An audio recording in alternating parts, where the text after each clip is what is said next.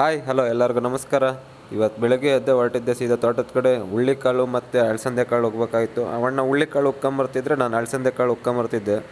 ಇದಿಷ್ಟು ಕೈಯಲ್ಲೇ ಉಗಿದ್ವಿ. ಅದಾದಮೇಲೆ ಇಲ್ಲಿ ನಾವು ಟ್ರಿಲ್ಲರ್ ಮುಂಚೆ ಹೊಡೆದಿದ್ವಿ, ನಮ್ಮದೇ ಟ್ರಿಲ್ಲರ್ ಇತ್ತು ಅಂತ ಆದರೆ ಮುಂಚೆ ಹೊಡೆದಿದ್ವಿ.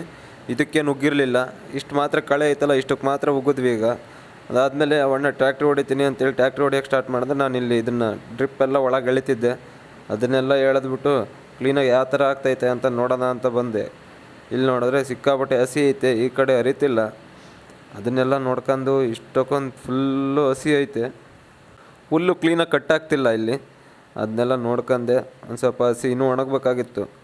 ಅದಾದಮೇಲೆ ಟ್ಯಾಕ್ಟ್ರಿ ಹತ್ಕೊಂಡು ಸೀದಾ ಮನೆ ಕಡೆಗೆ ಹೋಗೋಣ ಅಂತ ಹೊರಟೆ. ನಂದೇನು ಕೆಲಸ ಇರಲಿಲ್ಲ, ಟೈಮ್ ಬೇರೆ ಆಗಿತ್ತು. ತಿಂಡಿ ತಿನ್ನೋಣ ಅಂತೇಳಿ ಸ್ನಾನ ಮಾಡ್ಕೊಂಡೆ.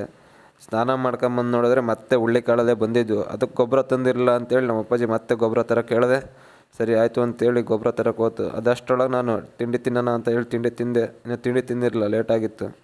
ಅದೆಲ್ಲ ನಮ್ಮ ಅಪ್ಪಾಜಿ ಎಷ್ಟು ತಿಳಿದು ಗೊಬ್ಬರ ತಂದು ಅದಾದಮೇಲೆ ನಾವು ಉಗ್ಗಕ್ಕೆ ಅಂತ ಸ್ಟಾರ್ಟ್ ಮಾಡ್ಕೊಂಡ್ವಿ. ಇದು ಅರ್ಧ ನಮ್ಮದು ಟ್ರಿಲ್ಲರ್ ಹೊಡೆದಿದ್ವಲ್ಲ, ಅದಕ್ಕೆ ಇಷ್ಟಕ್ಕೆ ನಾನು ನಮ್ಮ ಅಪ್ಪಾಜಿ ಎಲ್ಲ ಮಿಕ್ಸ್ ಮಾಡ್ಕೊಂಡು ಹಾಕಕ್ಕೆ ಸ್ಟಾರ್ಟ್ ಮಾಡ್ಕೊಂಡ್ವಿ.